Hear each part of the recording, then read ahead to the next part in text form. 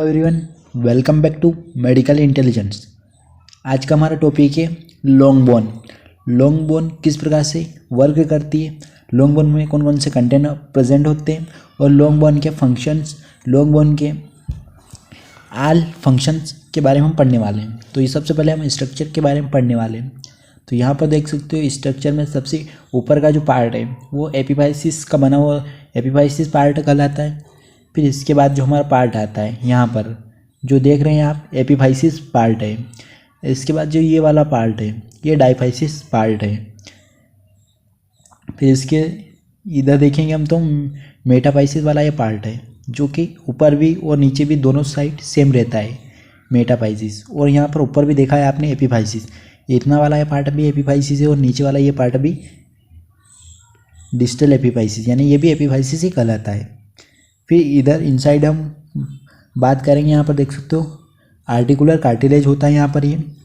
उसके बाद यहाँ पर स्पंजी बोन जो होती है यहाँ पर अंदर होती है। इसमें रेड बोन मेरो होता है जो कि यहाँ पर देख सकते हो ये रेड बोन मेरो है जो कि ब्लड बनाता है।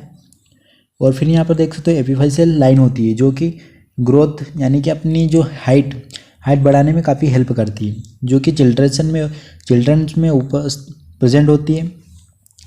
जब अडल्ट हो जाता है तो उसके बाद ये एपिफाइसिस प्लेट बड़ी हो जाती है यानी कि बंद हो जाती है।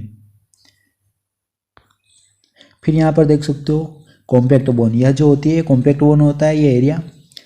फिर यहाँ पर है मेडुलरी कैविटी जो कि इसके अंदर प्रेजेंट होती है। फिर आता है हमारा येलो बोन मेरो जो कि यह मेडुलरी कैविटी के अंदर बना होता है येलो बोन मेरो। और फिर यहाँ पर आता है हमारा पेरिओस्टियम जो कि मेडुलरी कैविटी के नीचे प्रेजेंट होता है। फिर यहाँ पर एक आर्टरी होती है जो कि लॉन्ग बोन में काफ़ी हेल्प करती है, जिसे न्यूट्रिएंट आर्टरी कहते हैं हम, जो कि लॉन्ग बोन को न्यूट्रिएंट प्रोवाइड करने में हेल्प करती है। फिर यहाँ पर हमारा आर्टिकुलर कार्टिलेज आ जाता है, ये वाला निचले वाला हिस्सा। तो यहाँ पर देख सकते हो this is have a diaphysis और सॉफ्ट एंड टू एपिफाइसिस और एक्सटर्मिनेटेड, यानी कि डाइफाइसिस और सॉफ्ट दो एपिफाइसिस एक्सटर्न, यानी कि नीचे वाला जो पार्ट आपने जो पढ़ा है यहाँ पर एपिफाइसिस और डाइफाइसिस, ये रहा यहाँ पर एपिफाइसिस और ये नीचे वाला डाइफाइसिस, ये दोनों मिलकर और इनके नीचे वाला पार्ट जो कि एक्सटर्मिनेटेड होता है। फिर यहाँ पर है हमारा second diaphysis composed of a compact bone with a central medullary canal containing fatty yellow bone marrow, यानी कि डाइफाइसिस वाला जो हिस्सा है यहाँ पर देखिए डाइफाइसिस वाला हिस्सा, ये रहा हमारा डाइफाइसिस वाला हिस्सा, ये वाला ये कॉम्पैक्ट है, यानी कि कॉम्पैक्ट बोन को ये कंपोज्ड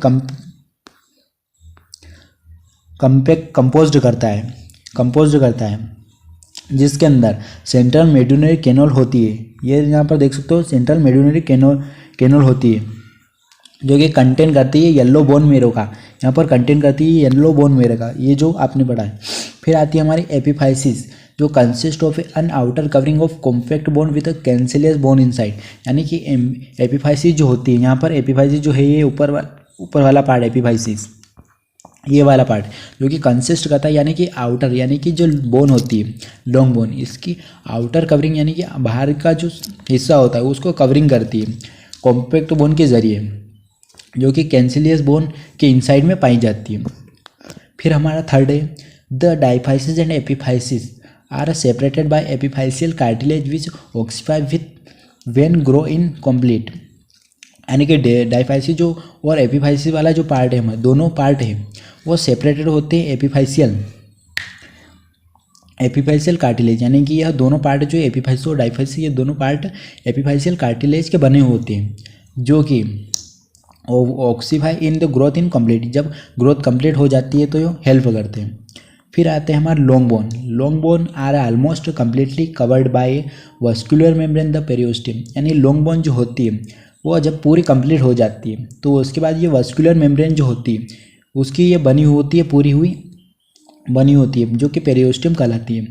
फिर हमारा आता है हाइलिन कार्टिलेज जो कि hyaline cartilage replaced periosteum on the articular surface of bone forming synovial joint, यानी कि हाइलिन कार्टिलेज जो होता है ये रिप्लेस करता है पेरियोस्टियम मेम्ब्रेन से, जो कि पेरियोस्टियम मेम्ब्रेन से रिप्लेस करके आर्टिकुलर सरफेस ऑन बोन यानी कि न्यू बोन का फॉर्मेशन के लिए, जिससे ये हाइलिन कार्टिलेज फॉर्म रिप्लेस करेगा पेरियोस्टियम से, तब एक नई बोन बनेगी और नई बोन का फॉर्मेशन होगा, यानी कि बोन के कोई टूट गया हिस्सा तो उसको फॉर्मेशन करके साइनोवियल जॉइंट बनाता है।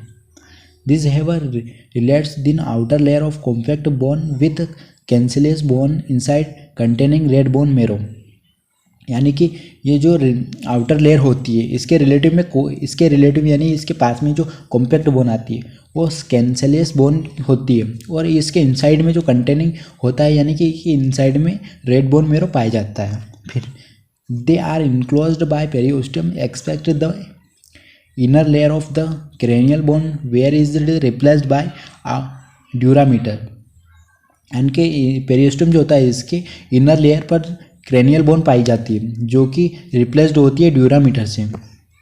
फिर आता है हमारा ओस्टियोब्लास्ट सेल जो कि लॉन्ग बोन के अंदर आता है। This are the bone forming cell that secrete collagen and other constituents of bone tissue are present, यानी कि ओस्टियोब्लास्ट जो होता है बोन फॉर्मेशन का कार्य करता है और सीक्रेट करता है collagen and constituent of bone tissue, यानी कि बोन टिश्यू और कोलेजन को यह सीक्रेट करता है।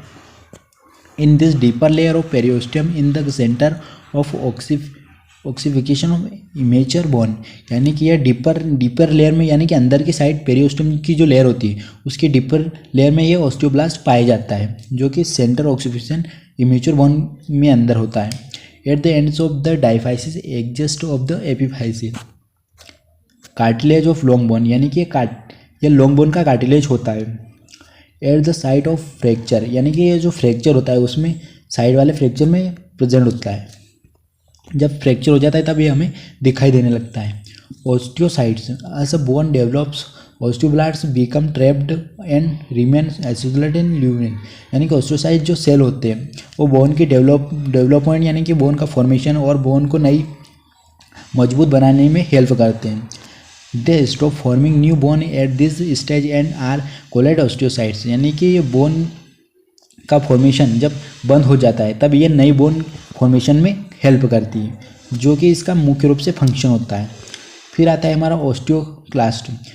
There function is a reabsorption of bone to maintaining the optimum shape take place at bone surface under the periosteum to maintain the shape of bone, यानी कि bone को maintain करेगा और मॉनिटरिंग करेगा बोन को और इसका मेंटेन करेगा शेप एंड बोन को।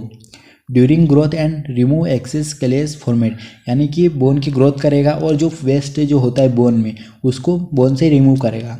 ड्यूरिंग हीलिंग ऑफ फ्रैक्चर्स, यानी कि बोन का जब फ्रैक्चर हो जाता है तो उसमें भी फॉर्मेशन में हेल्प करता है। Round the walls of the medullary canal, यानी कि ये राउंड शेप में होता है मेडुलरी कैनल के साइड वाली लेयर में। ड्यूरिंग ग्रोथ एंड दो cancel schooling during healing, this begin before birth and it is not complete unity about is 21 first year of life, यानी कि यह जो 21st ईयर ऑफ लाइफ यानी कि 21 साल के जब बच्चे हो जाते हैं तब यह जो ओस्टियोक्लास्ट होता है यह बंद हो जाता है, यानी कि अब फिर ग्रोथ करना बंद हो जाती है, यानी कि एक प्लेट होती है, यानी कि आपकी हाइट को यह रोक देता है, फिर आपकी हाइट नहीं बढ़ती 21 ईयर के बाद। लॉन्ग शॉर्ट और irregular bone develop from rod and cartilage models, यानी कि यह जो लॉन्ग बोन और शॉर्ट बोन और इनरेगुलर बोन की डेवलपमेंट में काफ़ी हेल्प करता है, इसमें कार्टिलेज मॉड्यूल्स पाए जाते हैं। Flat bone develops from membrane modules and sesamoid bones from tendons modules, यानी कि फ्लैट बोन्स को डेवलपमेंट करने में इसकी मेम्ब्रेन और मॉड्यूल्स जो होते हैं उनमें भी ये काफ़ी हेल्प करता है। बोन डेवलपमेंट में कंसिस्ट ऑफ 2 प्रोसेस होती है। Secretion by osteoblast of osteonin collagen fibres in myocoblast saccharide matrix which is gradually replace the original cartilage and, यानी कि सिक्रेशन करता है ओस्टियोब्लास्ट जो कि इसके अंदर कोलेजन और फाइबर्स होते हैं उनका सिक्रेशन करता है। Membrane modules of classification of osteoid immediately after the deep position, यानी कि किस प्रकार से होते हैं इसके अंदर के स्ट्रक्चर को हम जानने वाले हैं। रोड शेप में होते हैं जो कार्टिलेज। बोनी कॉलर होते हैं प्राइमरी सेंटर ऑफ ऑक्सीफिकेशन, जो कि फेटल डेवलपमेंट, यानी कि इस प्रकार डेवलपमेंट होती है तो इसमें ऑस्टियोब्लास्ट काफ़ी हेल्प करता है, देख सकते हो। In long bone the focal point from which ossification begin are small area of osteogenesis cell और central of ossification in the cartilage model. यानी कि जो लॉन्ग बोन होती है इसमें एक फोकल पॉइंट होता है जो कि स्मॉल जो एरिया होता है इसका, उसको सेल से डेवलपमेंट करती है जो कि कार्टिलेज मॉड्यूल वाले होते हैं। Later the blood supply develops and tissue replace cartilage osteoblast secrete osteoid compost in the shape. यानी कि ब्लड सप्लाई जो होता है, ब्लड सप्लाई के लिए डेवलपमेंट करती है आर्टरीज को और उस बोन को रिप्लेसमेंट वाले कार्टिलेज को डेवलपमेंट में काफ़ी हेल्प करती है। The bone lengthens as ossification continues and separate of to the epiphysis, यानी कि ये जो लेंथ और ऑक्सीफिकेशन जो होता है उसमें भी काफ़ी हेल्प करती है। Around by the secondary sentence of ossification develops in the epiphysis and the medullary canal forms when the osteoids break down the central end bone tissue and this middle of the soft. यानी कि यह जो birth होता है after birth secondary central of ossification, यानी कि जब birth होता है बेबी का तो उसमें डेवलपमेंट में एपिफाइसिस जो होती है वह मेडुलरी कैनल के जरिए ब्रेक डाउन करती है न्यूट्रिएंट्स का और ब्लड्स का। यहाँ पर देख सकते हो कुछ इस प्रकार से होती है चाइल्डहुड में एब्डोसिन्स में। After birth the bone grow in length by, यानी कि ये प्रोवाइड करती है फ्रेमवर्क ऑफ द बॉडी को फ्रेमवर्क प्रोवाइड करती है। Give attachment to the muscles and tendon, यानी कि अटैचमेंट देती है मसल्स को बोन्स से कनेक्ट होने के लिए। Permit movements of the body as well as a part of the body of forming joints, यानी कि जॉइंट से कनेक्ट होने के जॉइंट मूवमेंट में भी काफ़ी हेल्प करती है। They contain red bone marrow is which blood cells develop provide a reservation of minerals essential calcium phosphate etc।